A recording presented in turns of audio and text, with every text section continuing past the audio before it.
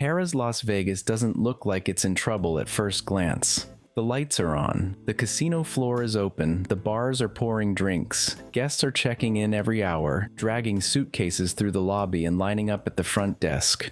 On the surface, everything appears normal. But that surface-level normalcy is exactly what makes Harrah's situation so concerning. This isn't a dramatic collapse with boarded-up doors and empty halls. It's a slow, quiet unraveling happening in plain sight. And the more you look closely, the harder it becomes to ignore the signs that something fundamental is breaking down. The biggest issue facing Harrah's right now is identity, or more accurately, the lack of one. Harrah's sits on one of the most valuable pieces of real estate on the entire Las Vegas Strip, wedged between Caesar's Palace, the Venetian, and the Link Promenade. That location should make it a guaranteed winner, but instead of leaning into a clear role, Harrah's feels trapped in an uncomfortable middle.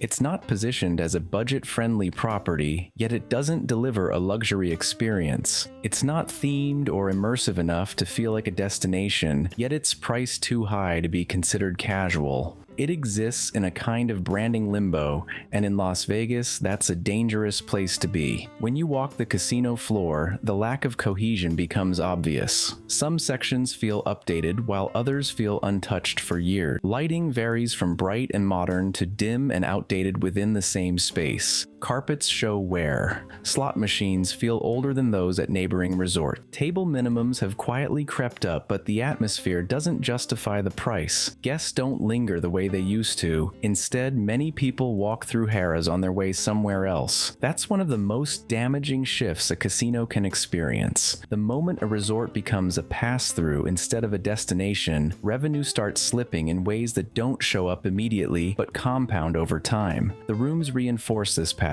Harrah's has renovated parts of the property over the years, but those updates have been inconsistent. Some towers feel refreshed and modern, while others feel dated and tired. Online listings show carefully staged photos, but guests often arrive to rooms that don't match expectations. Reviews regularly mention worn furniture, outdated bathrooms, thin walls, and maintenance issues that take too long to resolve.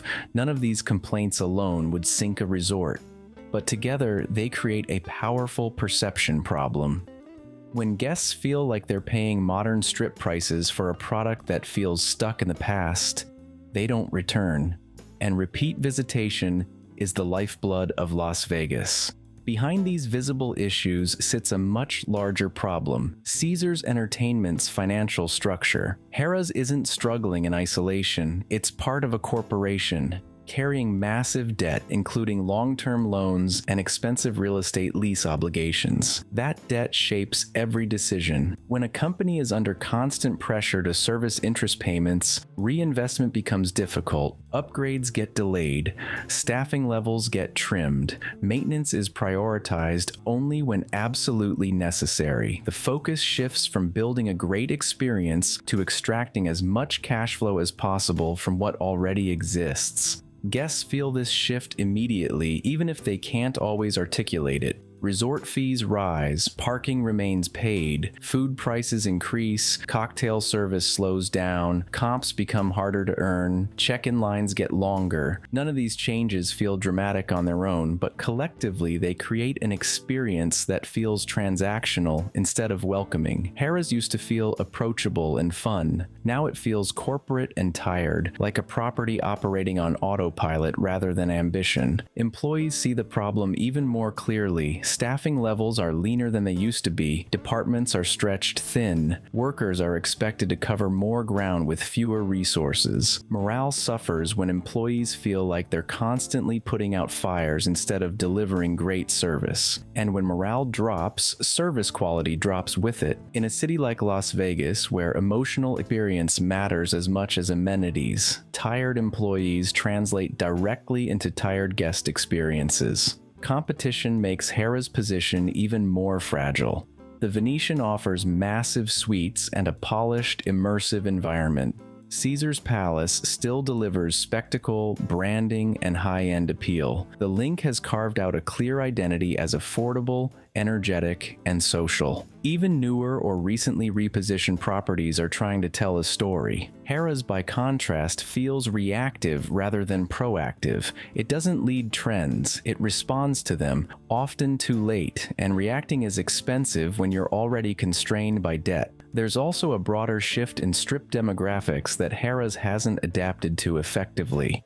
Younger visitors want nightlife, visual impact, and social spaces designed for sharing and spectacle. High-end travelers expect seamless service and premium environments. Budget travelers want transparency and value. Harrah's doesn't clearly serve any of these groups anymore. It charges like a mid-tier premium resort, delivers like a lower-tier property, and markets itself without a clear voice. That confusion seeps into every part of the experience, from casino layout to dining options to entertainment programming. This raises the uncomfortable question people are starting to ask quietly: is Harrah's heading toward bankruptcy? The honest answer is not immediately. The doors aren't closing tomorrow, but bankruptcy doesn't always arrive suddenly. Often it arrives as stagnation, deferred maintenance, shrinking margins, declining relevance.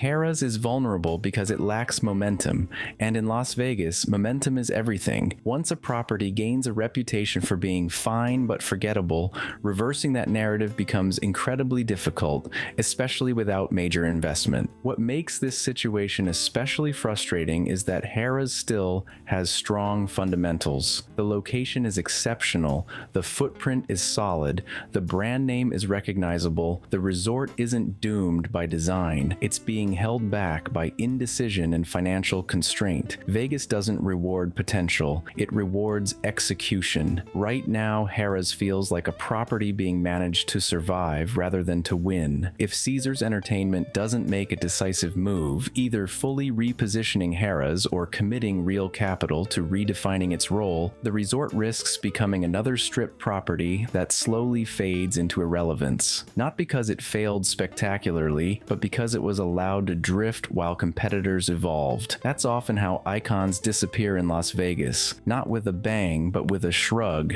For now, the slots still spin, the bars still pour, the lights stay on. But behind the scenes, Harrah's Las Vegas is standing at a crossroads. One path requires bold investment, clear vision, and a willingness to redefine what the property stands for. The other path leads to quiet decline, where the resort continues operating but slowly loses relevance, loyalty, and cultural presence.